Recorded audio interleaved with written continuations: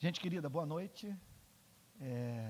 Hoje eu trouxe minha Bíblia de capa marrom, porque na última vez eu trouxe uma Bíblia de capa vermelha e recebi severas críticas dos irmãos. Então, para evitar polêmica, estou aqui absolutamente neutro nessa história. Vamos lá então para Efésios capítulo 5, verso 22. Hoje nós vamos terminar esse capítulo. E daqui a 15 dias entraremos na última passagem da carta aos Efésios. Eu acabei de me dar conta que um pedaço da minha Bíblia foi arrancado. Interessante isso. Quer dizer, ainda bem que eu não tenho que pregar sobre o capítulo 6. Acabei de ver minha Bíblia aqui e está rasgada. Foi talvez porque ontem eu tenha pregado numa igreja no Alcântara, usando o capítulo 4, usei o capítulo 4 ontem. Eu acho que ali na minha empolgação, talvez no púlpito, perdi um pedaço da Bíblia. Mas ainda bem que eu tenho a Bíblia de reserva. Mas vamos lá. Efésios capítulo 5, versículo 22. Efésios 5, do verso 22 em diante. Que Deus nos abençoe, que sua graça nos auxilie e que sua misericórdia esteja sobre nós nessa noite, nos ajudando a lançar um olhar sobre uma das passagens que são tidas como as mais antiquadas da Bíblia. Esse é um dos textos mais difíceis de nós abordarmos nesse atual momento da vida, vamos assim dizer, cultural do mundo ocidental.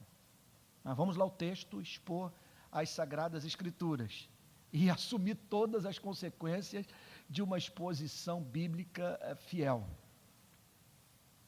Tudo começa por essa frase profundamente embaraçosa para um pregador, ministro do Evangelho, numa sociedade, vamos assim dizer, chamada, eu acho tudo muito arbitrário, pós-moderna. As mulheres sejam submissas a seus próprios maridos.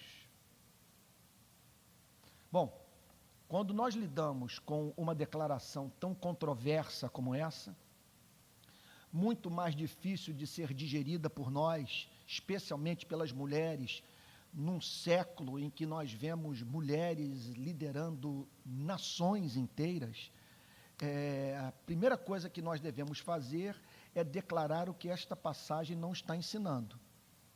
Essa passagem não está ensinando sujeição irrestrita, essa sujeição vai apenas até o ponto em que o marido propõe aquilo que é condizente com os princípios, com os valores, com as verdades evangélicas. Segunda afirmação que nós podemos fazer é que esta sujeição não significa uma sujeição a maus tratos, não significa uma mulher perceber que está casada com um homem que fez um surto psicótico e que ameaça a sua integridade física. A Bíblia não está pedindo esse tipo de sujeição da mulher. Também não é uma sujeição que exige da mulher a suspensão da capacidade, a interrupção da capacidade de usar o cérebro. Não é uma sujeição a possíveis loucuras, absurdos, propostos pelo marido. O texto não está falando sobre isso. Contudo, o texto está falando de uma sujeição que tem como referência, vamos assim dizer, metafísica, a relação da igreja com a pessoa bendita do nosso Senhor e Salvador Jesus Cristo. Então aqui nós estamos diante dos princípios cristãos que devem reger as nossas relações conjugais. O que nós estamos vendo aqui é o Evangelho sendo aplicado ao relacionamento de um homem com uma mulher. E isso se tornou especialmente importante numa cultura pagã do primeiro século, de uma cultura como a cultura da cidade de Éfeso. E o que devemos levar em consideração ao nos depararmos com pontos de vista que podem ser tidos por nós como machistas por parte do apóstolo Paulo. Nós devemos ver uma passagem como essa à luz de um contexto cultural muito distante de uma sociedade como a nossa, pós-revolução sexual dos anos 60, pós-conquistas sociais no campo dos direitos humanos do movimento feminista.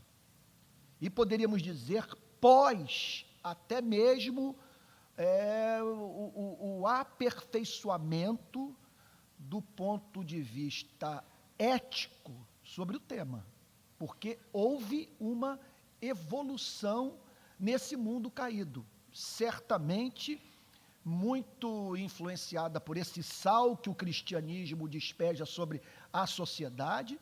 Nós chegamos hoje num mundo em que aconteceu na relação da sociedade com a mulher o que aconteceu na relação do mundo, especialmente do mundo ocidental, com o negro, com o escravo, com o trabalhador.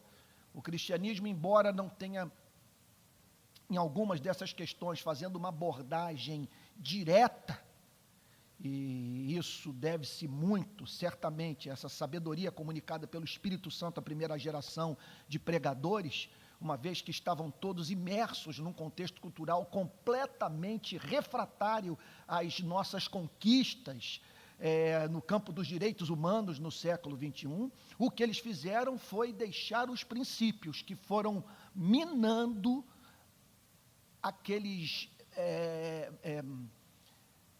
elementos culturais profundamente contrários aos ideais de vida das Sagradas Escrituras. Então, nós vemos que, embora o apóstolo Paulo não tenha feito um ataque direto ao regime da escravidão, por exemplo, o que ele falou sobre a dignidade humana e a relação do senhor com seu escravo veio séculos depois a fazer com que o regime caísse mediante a ação da igreja, especialmente de um homem como William Wilberforce no parlamento inglês. E o mesmo nós podemos dizer sobre a relação com o sexo feminino, com a mulher. Nós chegamos hoje numa espécie de mundo profundamente diferente do mundo do primeiro século, isso em razão de uma passagem como essa. Eu dei toda essa volta para dizer o seguinte: o apóstolo Paulo, ao fazer as declarações que nós encontramos nesse capítulo 5, demonstra uma grande independência de pensamento em relação à cultura do seu tempo, porque ele fala aqui de um tratamento a ser dado à mulher que era, nós poderíamos dizer, uma verdadeira contracultura. Alguma coisa que pedia do homem o que ele, pela cultura, não era estimulado a dar. Como é difícil, né, gente, para a gente pregar sobre essas passagens nesses dias, porque temos que dar toda essa volta toda para dizer, e não podemos fugir do fato, que a Bíblia declara: as mulheres sejam submissas aos seus próprios maridos. Isso não significa suspensão do diálogo, do conselho, e nem deve representar para o homem a liberdade de usar um texto santo como esse para oprimir. Mas não há mínima dúvida que o apóstolo Paulo está aqui fazendo referência àquele tipo de impasse que ocorre em toda relação humana. Há momentos em que pessoas discordam sobre decisões a serem tomadas. Bom, e aí vem a informação nada simpática. O que o apóstolo Paulo está propondo aqui é que em situações como essa, o homem tem a palavra final. As mulheres sejam submissas aos seus próprios maridos. Que ao homem, quer dizer, tomar uma decisão no momento de impasse, a mulher deve se submeter à orientação do marido. Ainda que ela perceba o que não é fácil, e raramente um casamento como esse dá certo, uma vez que dificilmente uma mulher se mantém casada ou alegremente ao lado de um homem visto por ela como intelectualmente inferior, mas essa é uma injunção que se aplica até mesmo naqueles contextos de casamento em que claramente a mulher é mais inteligente do que o homem. E justamente por ser mais inteligente que o homem, sabe, ela, por ser crente, vai saber usar dessa inteligência para que essa submissão não leve a família ao colapso. As mulheres sejam submissas a seus próprios maridos como ao Senhor. Então, aqui nós recebemos uma diretriz muito clara para o tratamento das questões, dos problemas, das dificuldades que nós enfrentamos no âmbito do casamento. Sobre o que eu estou querendo falar?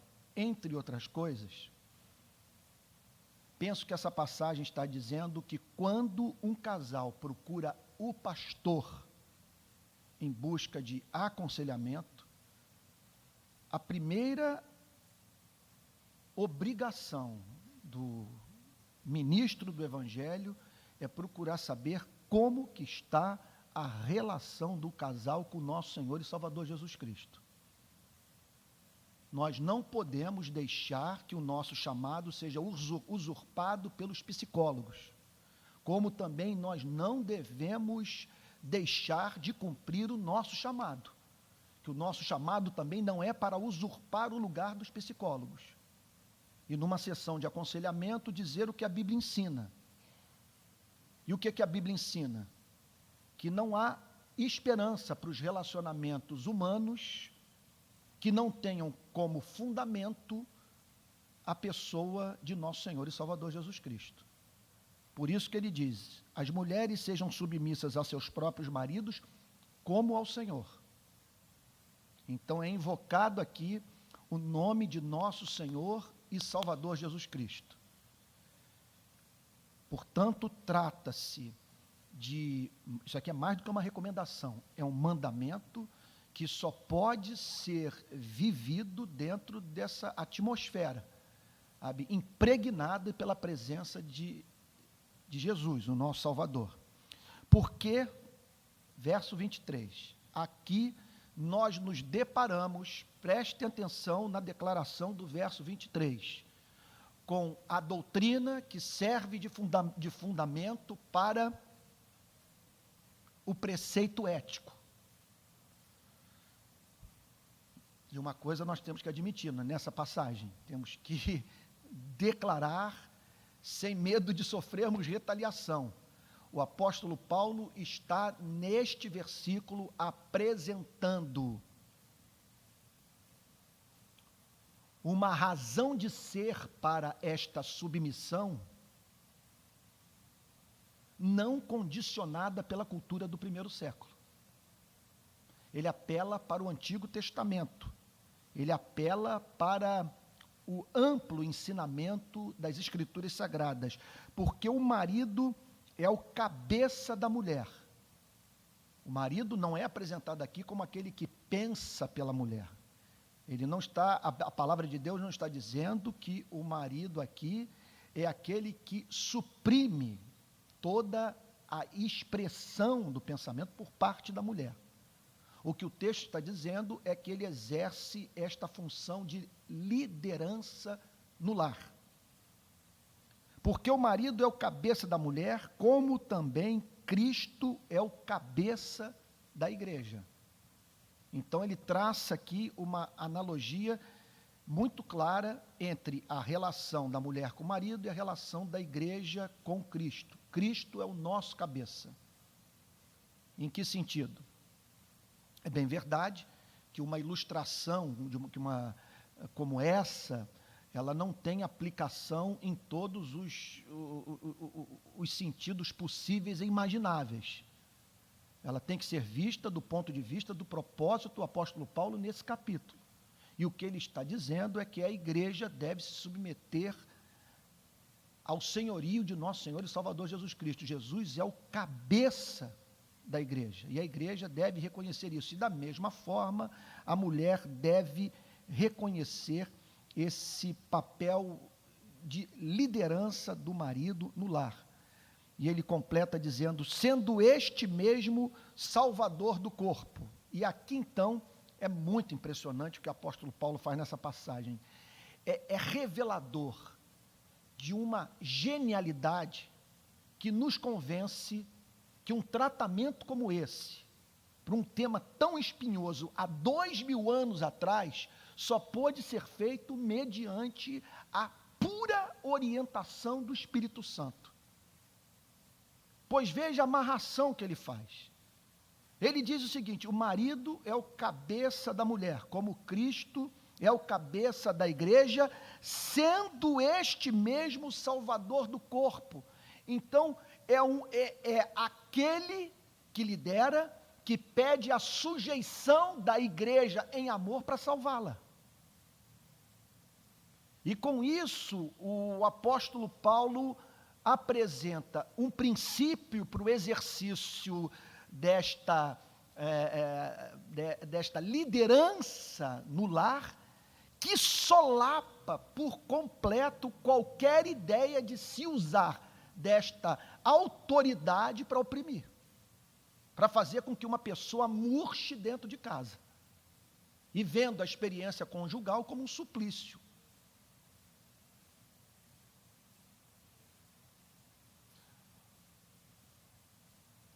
É muito importante que ao estudarmos uma passagem como essa, nós não nos esqueçamos que ela não está falando apenas sobre família.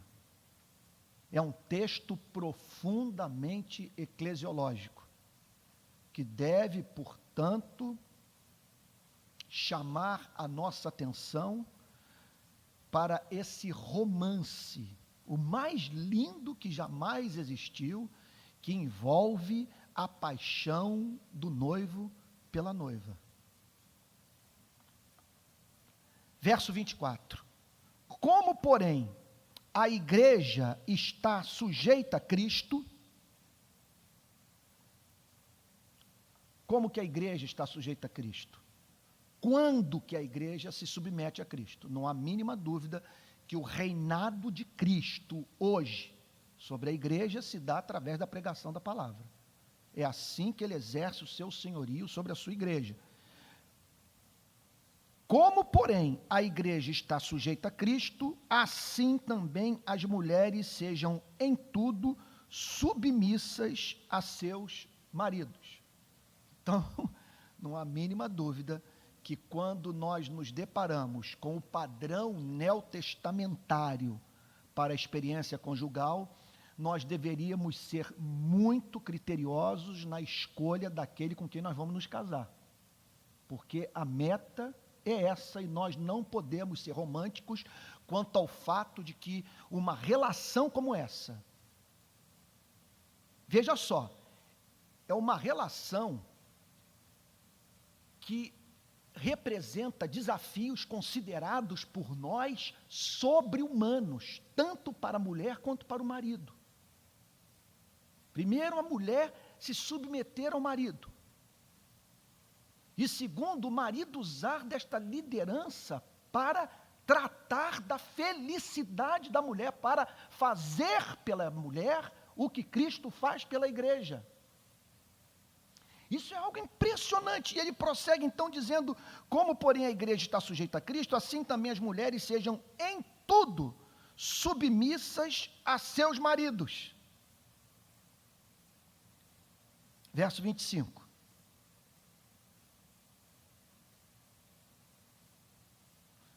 Maridos, vocês imaginem isso, gente? 2000 anos atrás,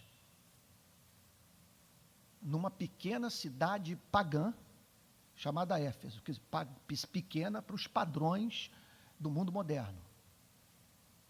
Maridos, vejam só, aquelas pessoas haviam se convertido. Deixa eu fazer uma digressão aqui. Da mesma maneira que uma sociedade não muda tão somente com o evangelismo, pois, se o discipulado for falho, nós teremos uma igreja que, embora verdadeira, não exerce o seu papel de sal da terra e luz do mundo. Da mesma maneira, o evangelismo por si só não é a garantia de que nós teremos famílias bem estruturadas e casamentos bem-aventurados. Tem que haver ensino. Especialmente quando nós entramos numa relação complexa como essa, e sendo nós, por natureza, viciados em nós mesmos, propensos a absolutizarmos o nosso interesse pessoal em tudo, sabe? É da natureza humana o amor próprio. Eu já disse isso para vocês em outra ocasião, concordo com John Stott quando ele diz: não há na Bíblia mandamento para o homem amar a si mesmo. A Bíblia pressupõe que o homem ama a si mesmo. Então vocês observem que esse homem se levanta num contexto cultural, repito, como do primeiro século de uma sociedade pagã, para ensinar aqueles homens verdades sem as quais o evangelismo por si só não daria conta, de a partir, portanto, dos efeitos que ele opera na vida do convertido, levar o que nasceu de novo a ter um casamento feliz. Tem que haver ensino. Vocês estão entendendo, gente? Tem que haver ensino, especialmente quando os ideais do cristianismo enfrentam fortíssimas barreiras culturais, como nos dias de hoje, em que está em colapso o conceito clássico de família. Maridos, amai vossas mulheres, como também Cristo amou a igreja. Então aqui o apóstolo Paulo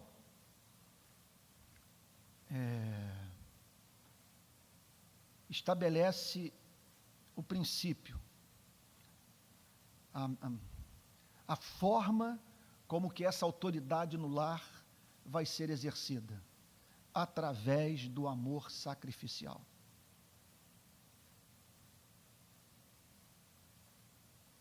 O que significa, portanto, que se este amor for real, este lugar de proeminência ocupado pelo homem no lar jamais vai exasperar a mulher.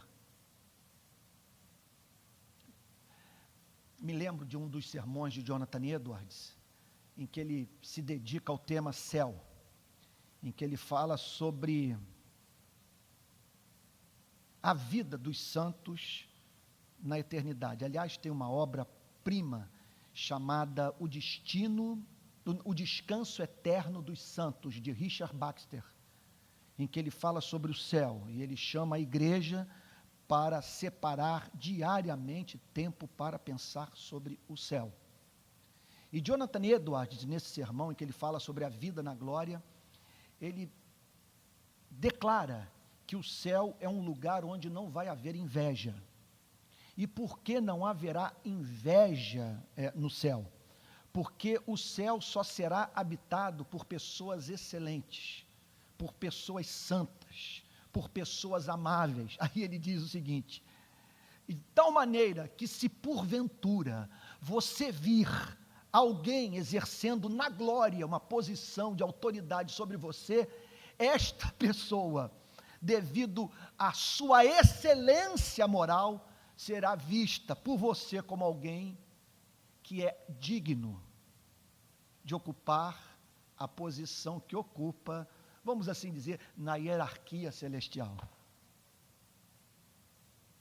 O que ele está dizendo é o seguinte, que não é da natureza humana você invejar os excelentes, invejar os amáveis, invejar aqueles que usam do seu poder, da sua autoridade, da sua inteligência para lavar os pés das pessoas, para servi-las. Que isso causa assombro em nós.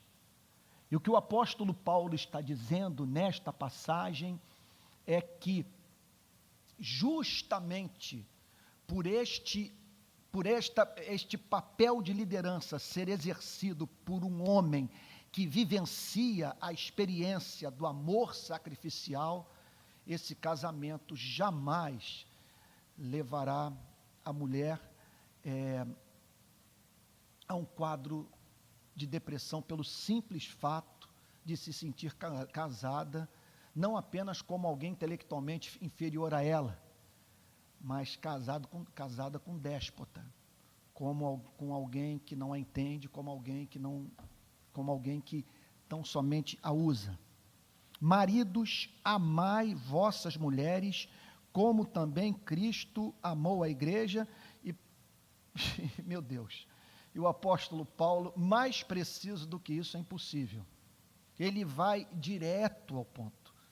Ele não dá margem a interpretações, sabe, como aquela declaração, ame e faça o que quiseres.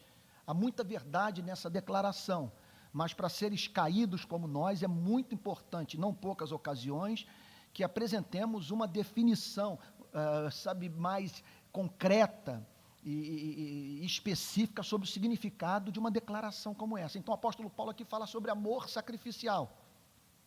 Maridos, amai vossas mulheres, como também Cristo amou a igreja. E aí, então ele responde a seguinte pergunta: como que Cristo amou a igreja? Resposta: e a si mesmo se entregou por ela.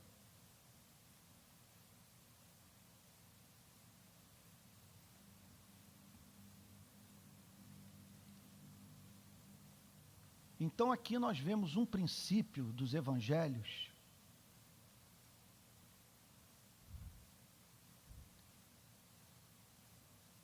que deve estar presente em todas as formas de relações humanas, declarado como princípio que deve estar presente especialmente no casamento. Que princípio é esse? Que o cristianismo nos chama para negarmos a nós mesmos. O cristianismo nos chama para nós morrermos a fim de que pessoas vivam através de nós. E o que o apóstolo Paulo declara é que quando o homem toma a decisão de casar com uma mulher, ele deve entender que se esse casamento é cristão, ele está sendo chamado por Deus para diariamente morrer para que a sua mulher viva.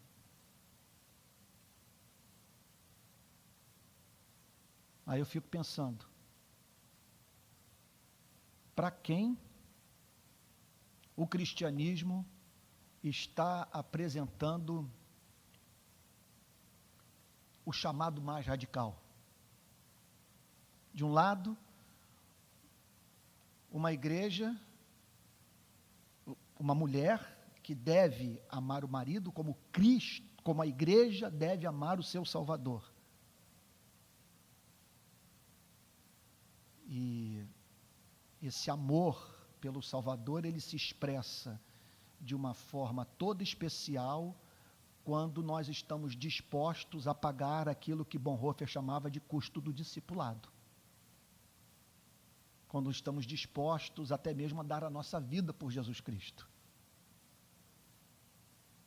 E o apóstolo Paulo apresenta este mesmo princípio, só que tendo sido posto em prática pela referência absoluta do amor e o aplica ao homem.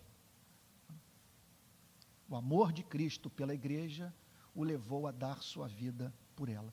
Então, é uma amarração, que é um negócio assim, sensacional.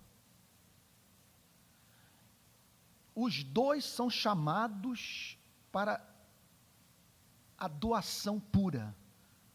Os dois são chamados para verem os votos matrimoniais como um pacto de amor que tem como objetivo fazer o cônjuge feliz, emancipá-lo, aproximá-lo de Deus, meu Pai. Mas, ao mesmo tempo, os dois que, em razão desse chamado, terão que fazer muitas renúncias na sua vida, terão como força motriz da sujeição a este padrão de amor, a compreensão do próprio amor que Jesus Cristo tem pela igreja, o que envolve o amor de Jesus Cristo pelo marido, o amor de Jesus Cristo pela mulher. Então estou falando do ideal, são duas pessoas apresentadas nesse texto, pessoalmente resolvidas. Elas sabem que são amadas, que são donas do universo, porque tudo é nosso. Porque nós estamos casados com Cristo. Levamos para Cristo, como diz Lutero, as nossas dívidas. E esse noivo bilhardário compartilhou conosco toda a sua riqueza. E de posse desse amor, que nos leva a dizer, eu sou do meu amado é meu. A mulher se sujeita ao marido, como a igreja deve se sujeitar a Cristo.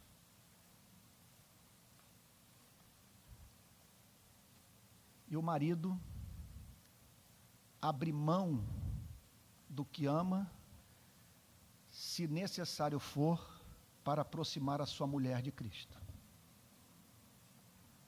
Maridos, amai vossas mulheres, como também Cristo amou a igreja, e a si mesmo se entregou por ela, para que a santificasse. Que coisa, que declaração impressionante, gente. O que o texto está dizendo é que Jesus Cristo casou com uma mulher feia.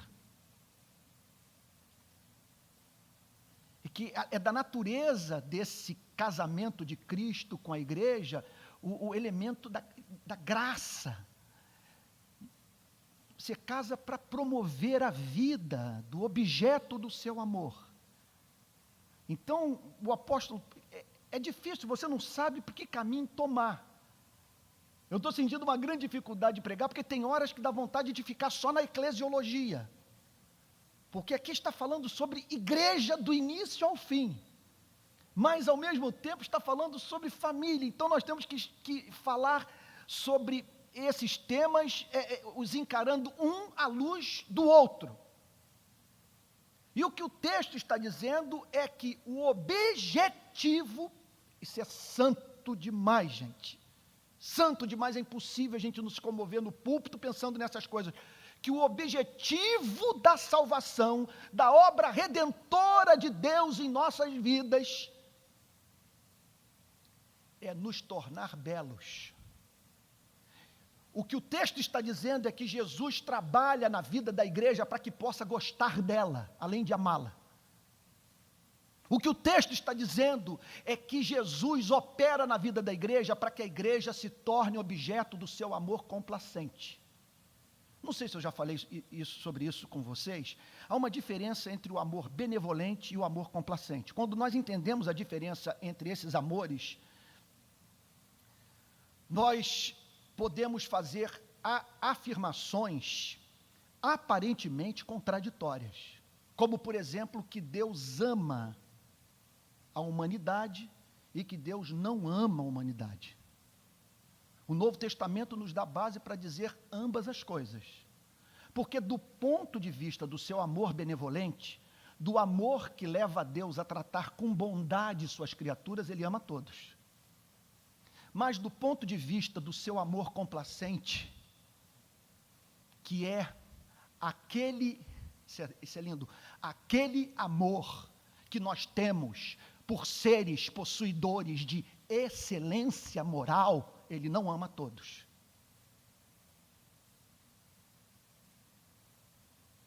E o que o texto diz é que a obra da graça divina na igreja, através de uma reunião como essa, do culto de domingo, da administração da ceia, da escola dominical, dos grupos pequenos, da reunião de oração, dos livros que nós lemos, que o objetivo de Cristo é fazer com que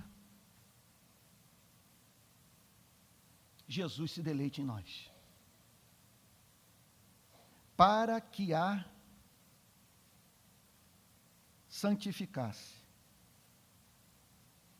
Bom, gente, num ponto como esse, dá vontade de você sair correndo da igreja. Porque eu fico falando, meu Deus, eu não posso prosseguir numa exposição como essa, que está me apresentando algo que está para muito além do que eu tenho vivido.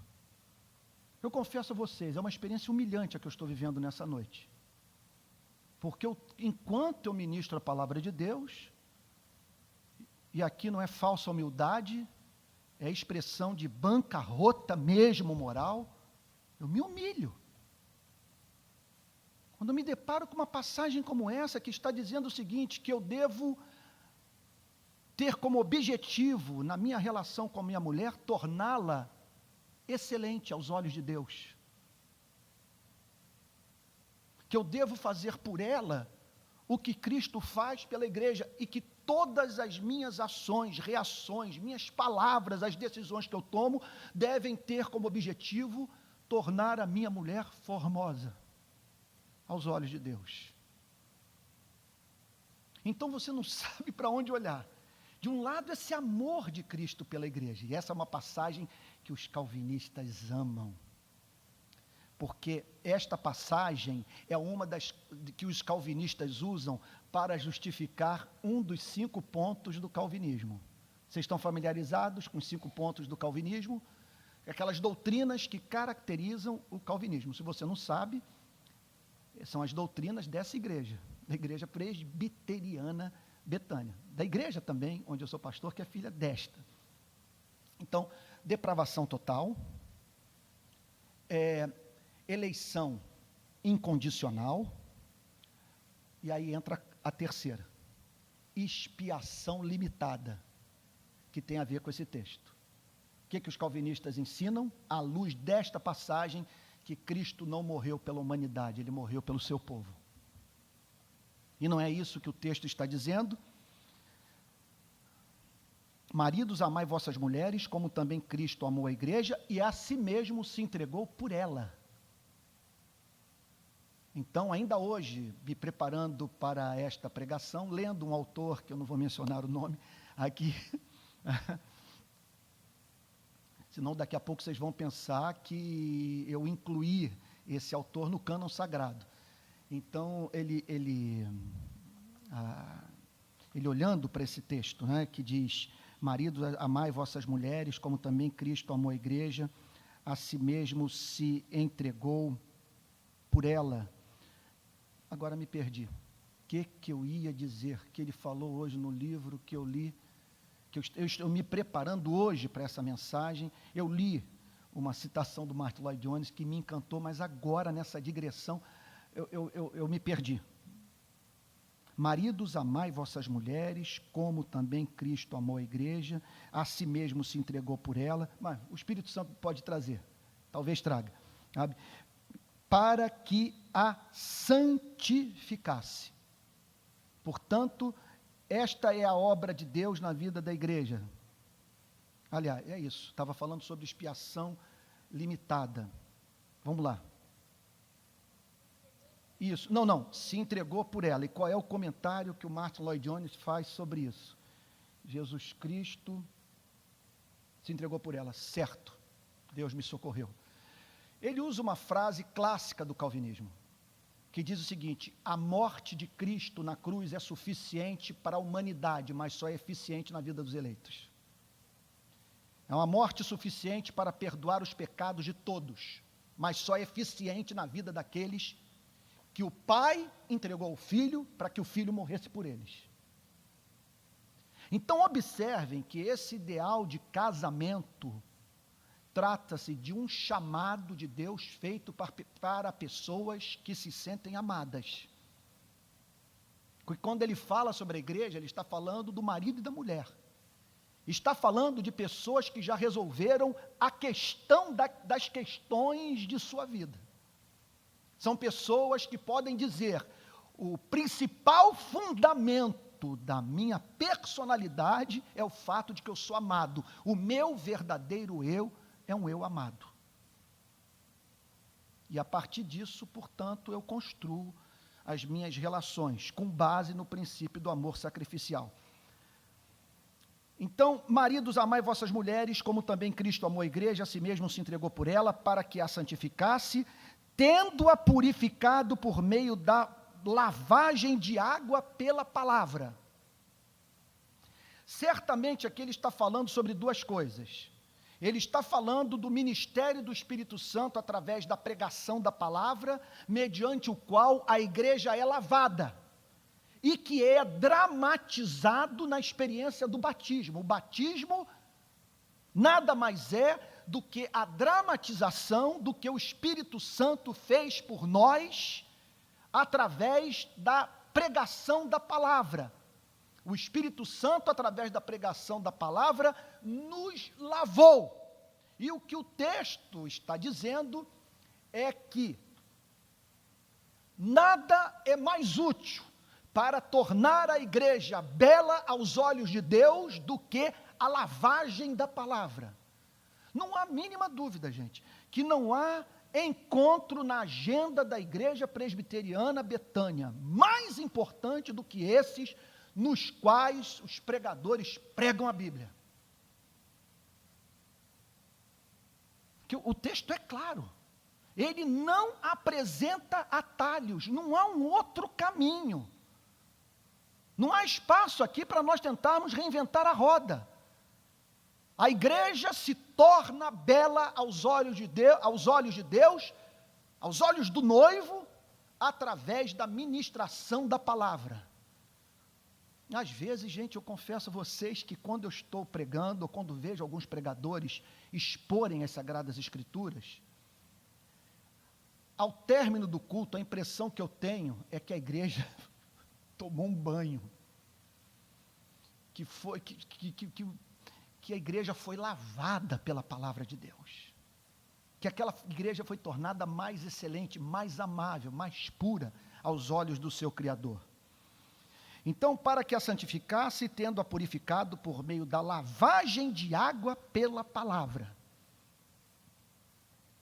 para a apresentar a si mesmo. É interessante que na cerimônia de casamento, a gente vê isso, alguém trazendo a noiva para apresentar o noivo. Aqui o noivo é descrito como quem traz a noiva para apresentá-la a si mesmo. Olha que passagem linda. Para a apresentar a si mesmo igreja gloriosa. Então aqui prestem atenção no que a Bíblia está dizendo. Nós estamos diante de uma declaração absolutamente extraordinária. Porque o que o texto está dizendo? O texto está afirmando que o ser mais excelente que existe, e quando eu falo do ser mais excelente que existe, eu estou falando do ser que é capaz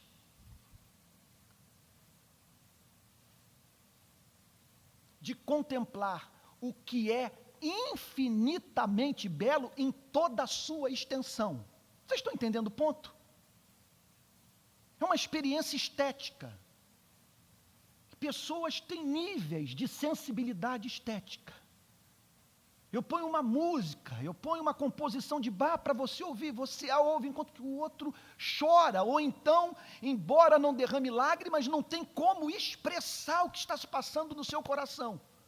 São níveis de sensibilidade para a música. Eu não tenho, por exemplo, minha relação com o mar, eu creio que poucas pessoas que eu encontrei na vida têm a sensibilidade que eu tenho para o mar. Às vezes eu digo assim, que se eu tivesse, eu disse isso na igreja lá na Barra, que se eu tivesse que morar num lugar sem praia, para mim seria uma grande renúncia. Eu gosto de tudo, eu gosto da areia, eu gosto do cheiro, eu gosto da marisia do mar, sabe? Não aquela do Gabriel Pensador, gosto da marisia. Olha, eu gosto de coisas que só quem viveu no mar pode entender. Eu gosto de, depois de um dia inteiro dentro d'água, à noite, a água escorrer pelo nariz. Ontem eu falei isso lá na igreja, um surfista da nossa igreja disse: Antônio, é maravilhoso. Você, depois de um dia de surf, você está em casa, a água escorre como uma cachoeira pelo nariz. Você não sabe como. Outra coisa que eu amo, depois de um dia na praia, chegar à noite, estou com minha bermuda e olho para a minha canela, aquele pedacinho de ostra na minha canela, eu vou lá e tiro. Não tem como descrever isso. Areia, a amplitude, sabe? Olha, eu devo minha sobrevivência no ministério sagrado à seguinte coisa: termino o culto de domingo, como terminou ontem, eu, sem saber o que fazer com o meu ministério. Senhor, 99% da pregação que me pareceu razoável, eu me senti no controle de mim mesmo, eu expus a Bíblia, mas por que aí aquele 1% de mau gênio, Senhor? Por que a presença daquela pessoa que desperta um lado não muito luminoso da minha vida, sabe, ela condicionou aquela parte da mensagem que me levou a não glorificar o seu nome? Aí sai arrasado. Aí vou dormir triste. E acontece que eu faço isso há mais ou menos 30 anos. Acordo bem cedo, pego a moto ou o carro, vou para a praia de Piratininga. E Elivânia, Vanderlei já me viram, Vande já me viram várias vezes fazendo isso. Eu vou pela beira, oro do início ao fim andando. Eu aprendi com Jonathan Edwards, que ele tinha esse hábito de ir para os campos orar andando a cavalo. Eu me lembro de ter lido Jeremy Taylor dizendo que a melhor posição para oração é aquela que lhe é mais confortável e que mais o ajuda a orar. E não há momento que eu desenvolva melhor a oração quando eu estou na beira do mar andando.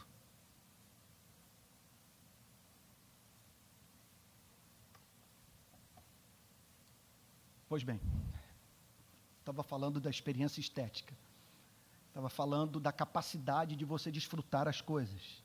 Poderia citar como exemplo o vinho.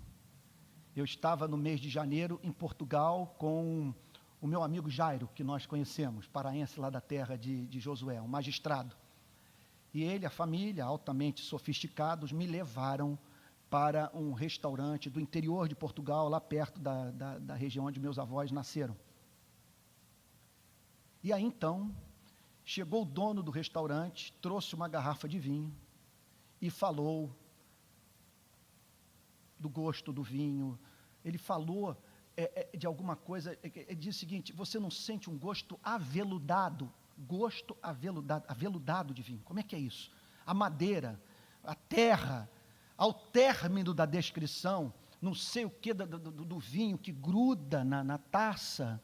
Quando você, meu Deus, ao término, aquela família, com aquele jeitão, eu diria humildemente aristocrático, que são pessoas muito boas, mas desfrutando em grau máximo daquele prazer, ao que eu me vi movido a me dirigir para o dono do restaurante nos seguintes termos: homem, creio no que o Senhor está falando.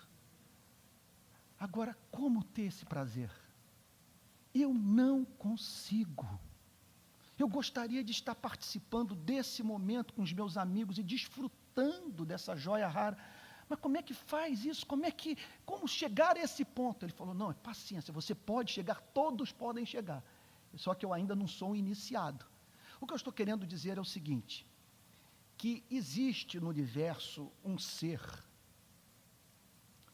que é capaz de perceber em grau infinito a excelência das coisas. Nisso consiste a felicidade da Trindade. No Pai contemplar a beleza do Filho, o Filho contemplar a beleza do Pai. O padrão eterno do que é excelente, sendo contemplado pelo ser mais sensível do universo. O que a Bíblia está dizendo é que vai chegar o momento que nós vamos alcançar essa tão sonhada visibilidade. Nós vamos nos tornar amáveis aos olhos do padrão absoluto do que é belo. Nós vamos nos tornar excelentes aos olhos de Deus. Olha o que o texto diz. Para apresentar a si mesmo igreja gloriosa. É Cristo amando a noiva com amor complacente, sem mácula, nem ruga. Vejam que coisa impressionante, gente. Nem coisa semelhante, porém santa e sem defeito. O que significará, portanto, que Deus está nesse momento, através do Espírito, por meio do ministério da palavra, operando entre nós, para que nós nos tornemos igreja gloriosa, sem mácula, sem defeito, o que significará nós nos amarmos ardentemente e juntos ardentemente amarmos o nosso Criador. Então notem que nós estamos, irmãos, pastores, amigos, presbíteros, nós estamos diante do maior vetor do Novo Testamento para todos os ministérios da igreja. Tudo tem que passar por essa meta. Até que ponto esta atividade contribui para que esta comunidade se torne amável aos olhos de Deus? Até que ponto esta atividade colabora para que esta igreja se torne mais bela aos olhos do Criador? E uma indicação é dada aqui pela palavra. Se nós queremos alcançar essas metas, nós não podemos abrir mão em nenhuma reunião de expor esse livro. Porque a igreja é tornada bela através da lavagem de água pura pela palavra.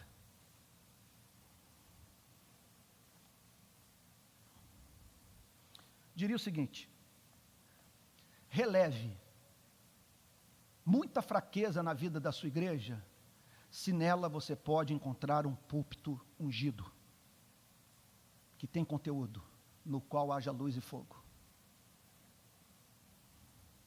Assim também que dá vontade de nós homens rasgarmos da Bíblia. Assim também, os maridos devem amar suas mulheres. Assim também como? Não tomando decisão no casamento que não tenha como objetivo tornar a esposa amável.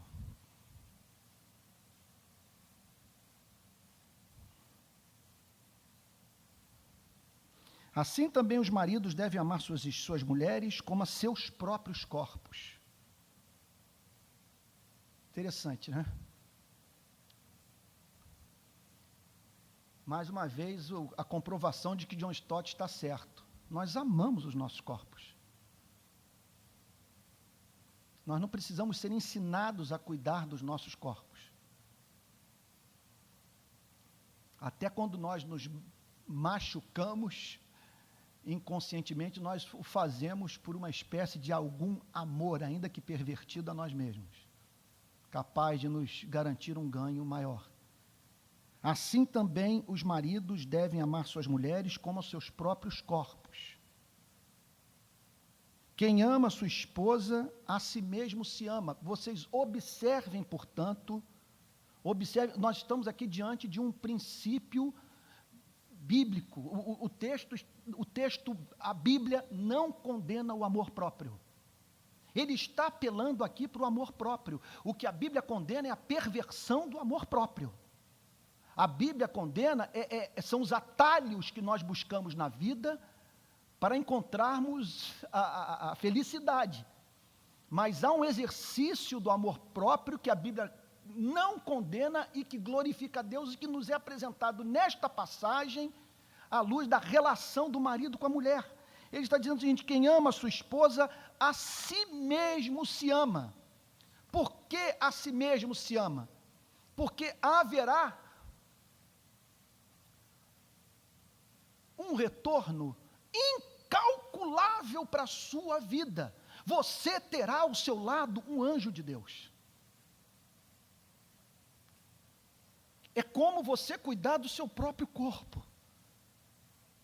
O grande beneficiado será você, porque você terá uma auxiliadora idônea, cabalmente idônea, através da sua dedicação em amor, para, entre outras coisas, ajudá-lo a ver aquilo que você não consegue enxergar sozinho.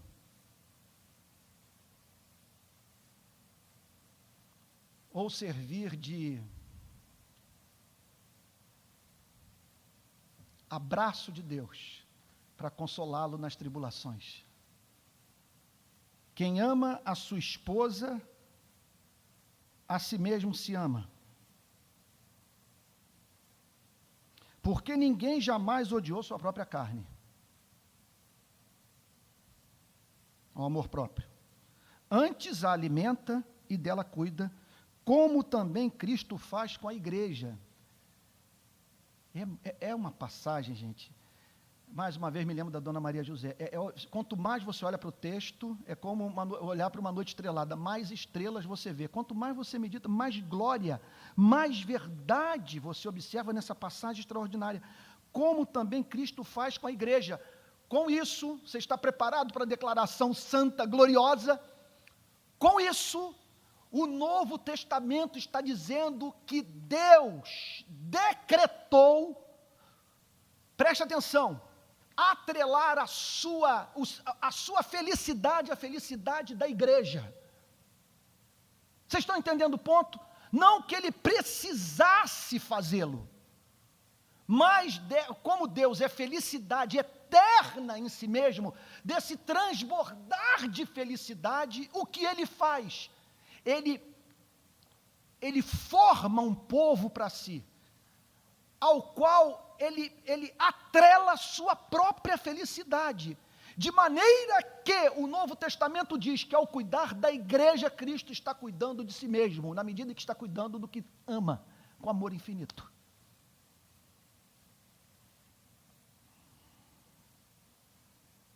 Deixa eu abrir um parênteses aqui, fazer uma pausa. Gente, como que nós podemos ainda encontrar cristãos sem igreja, que menosprezam a igreja?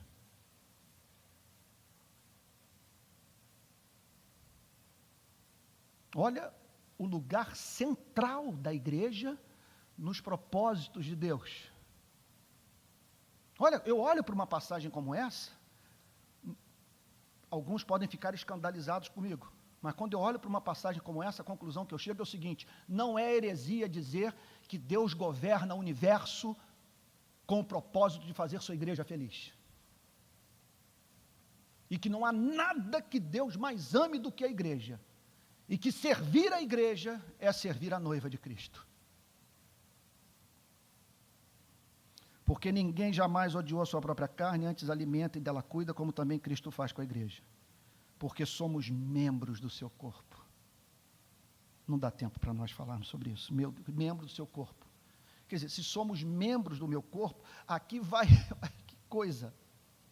Essa passagem só pode ter vindo do céu. Olha a amarração que ele faz. Ele continua falando sobre eclesiologia, ele está falando sobre eclesiologia, mas está falando sobre casamento. Porque se eu sou membro do corpo, eu estou então, a minha mulher é também. Se esse casamento é um casamento cristão. Aliás, vale a pena dizer que, à luz de uma passagem como essa, um cristão procurar um não cristão para se casar é um completo absurdo, é um devaneio. E eu fico a pensar se diante de uma passagem como essa, um pastor pode se sentir livre para oficiar uma cerimônia de casamento entre um cristão e um não cristão, nos termos em que celebra um casamento entre pessoas que professam fé em nosso Senhor e Salvador Jesus Cristo. Eu diria o seguinte, que há elementos que devem constar nessa liturgia que não podem constar numa outra. Eu me lembro de um casamento que eu fiz no Copacabana Palace, e ao apresentar os votos, eu cometi um erro que eu nunca mais vou cometer na minha vida. Eu apresentei os votos para um casal, quer dizer, um de cuja conversão eu duvidava, e o outro cônjuge sem sinal de amor por Cristo. Ao apresentar os votos, eu pude perceber a expressão de angústia dos dois. Eles chegaram a suspirar, quando eu chamei para dizerem sim, para aquilo que só um nascido de novo pode dizer amém. Eu diria o seguinte, não ensine uma passagem como essa para um casal não cristão. Casal não cristão, nós não estamos habilitados a falar sobre este padrão para casais que não nasceram de novo. Casais que não nasceram de novo têm que ouvir o Evangelho de Jesus Cristo. Isso aqui é conversa intramuros. É daquela porta para dentro. É um padrão que só os nascidos de novo podem aceitar. Então, olha a amarração, porque somos membros do seu corpo. Então, eu olho para o meu cônjuge, não apenas como aquele que eu devo amar, como Cristo amou a igreja. Quer dizer, a mulher olha para o marido, não apenas, quer dizer, ela o vê não apenas como alguém a quem ela deve se submeter em amor. O que o texto está dizendo é que um olha para o outro como membros do corpo de Cristo. O que significa o seguinte, é cuidar da igreja, é ter zelo pelo que Deus mais ama. Verso 31, eis porque deixará o homem a seu pai e sua mãe, isso aqui dá pano para manga, não vou ter tempo para falar, estou olhando aqui para o relógio. Eis porque deixará o homem o seu pai e sua mãe. Não há espaço no Novo Testamento para a relação homoafetiva. Pronto, já disse, tem gente que estava esperando eu declarar isso há muito tempo, Antônio não se posiciona, Antônio é de esquerda, Antônio está vendido para essa ética relativista. Amigo, é isso que eu creio. Como diz, tem espaço aqui para uma piadinha? Tem um sujeito aqui do Rio, um famoso, me parece que o nome dele é Sivuca, que ele falou que se Deus fosse a favor desse tipo de coisa, da reunião homoafetiva, ele não teria criado Adão e Eva, teria criado Adão e Ivo. É claro, gente, que esses amigos têm que encontrar espaço na sociedade para viver, que eles devem ser tratados por nós com honra, com carinho, com respeito. Agora, quando chega o momento de fazerem profissão de fé, ou a hora que procuram a igreja em busca da bênção do ministro, para aquele modo de relação, nós temos que nos lembrar de uma passagem como essa, que nos apresenta um modelo que tem como referência a Trindade para a experiência familiar. Eis porque deixará o homem a seu pai e a sua mulher, e se unirá, eis que deixará o homem a seu pai e a sua mãe, e se unirá à sua mulher, e se tornarão os dois uma só carne.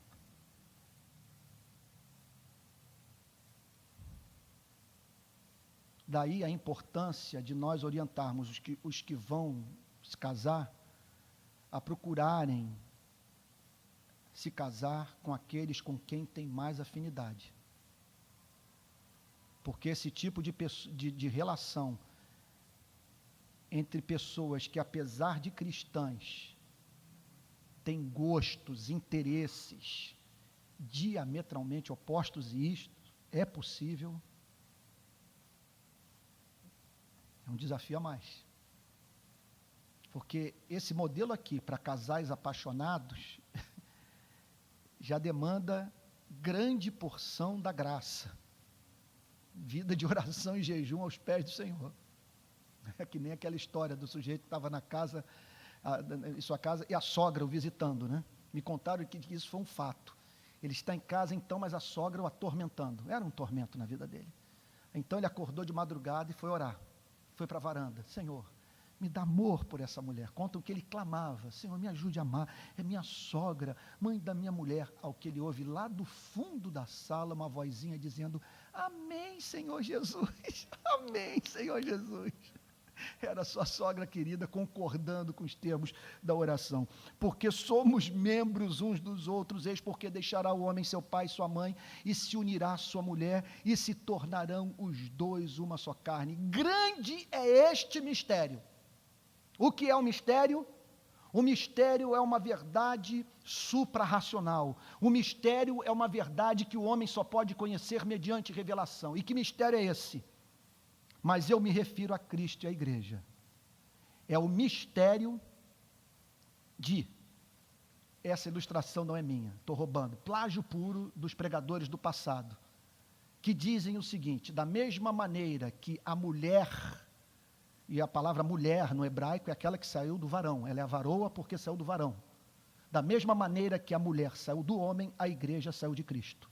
Da mesma maneira, olha que coisa bonita que eu li, da mesma maneira que o homem precisou dormir para que a mulher saísse do seu corpo, Cristo precisou também parar num sepulcro, a fim de que a igreja pudesse sair das suas feridas. E esse é o mistério. Que mistério é esse? É de Deus desejar de modo tão ardente um povo,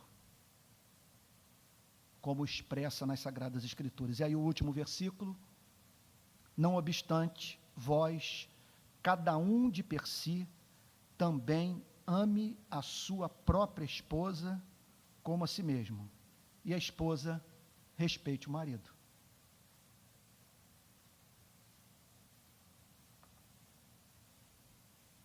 Bom, parece que nesse final, o apóstolo Paulo está tratando das grandes tentações de ambos.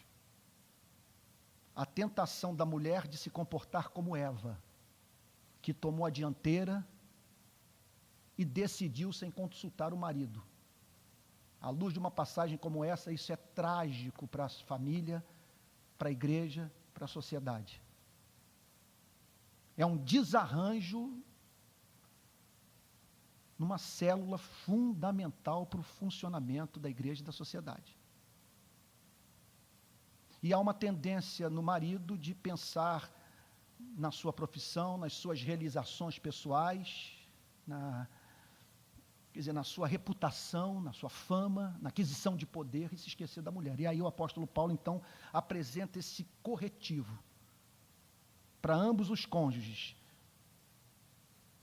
Cada um de vós, per si, também ame sua própria esposa como a si mesmo, e a esposa respeite o seu marido.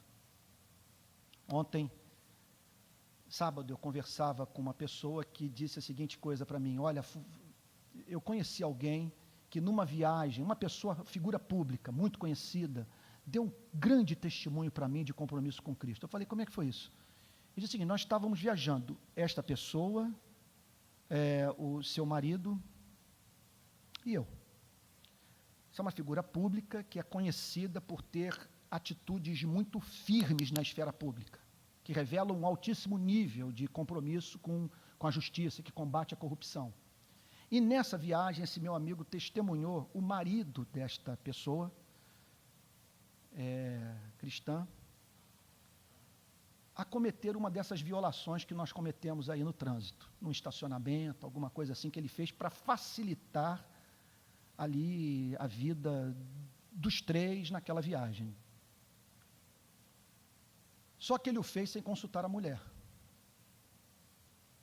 E por algum motivo a mulher percebeu o que havia acontecido.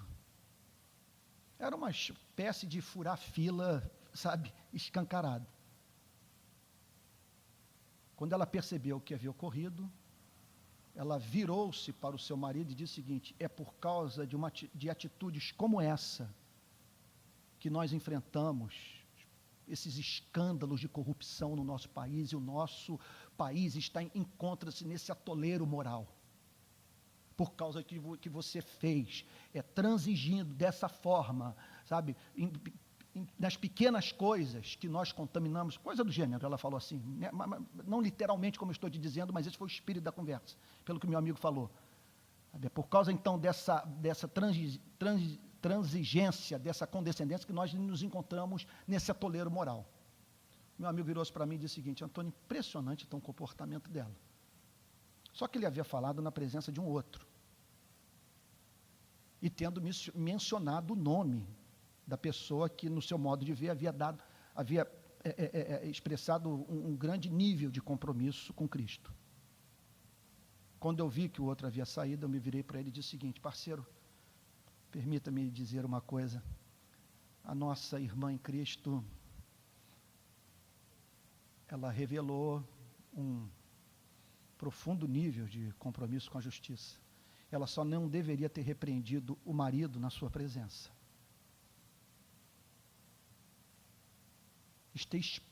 Ter exposto aquele com quem ela vai para a cama, do jeito que fez na sua presença. Ela poderia ter falado o que falou dentro de casa. É que o texto está dizendo, que as mulheres respeitem o marido.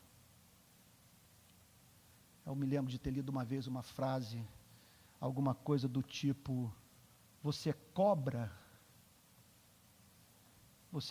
que eu te ame, mas você não me dá motivo para que eu te estime. Então, é muito importante que as mulheres que esperam esta devoção do marido não os tratem como se fossem idiotas. E que os maridos que esperam ter em casa uma mulher com quem possam conversar durante a madrugada, precisam investir nelas, ajudando-as a participar da beleza de Cristo.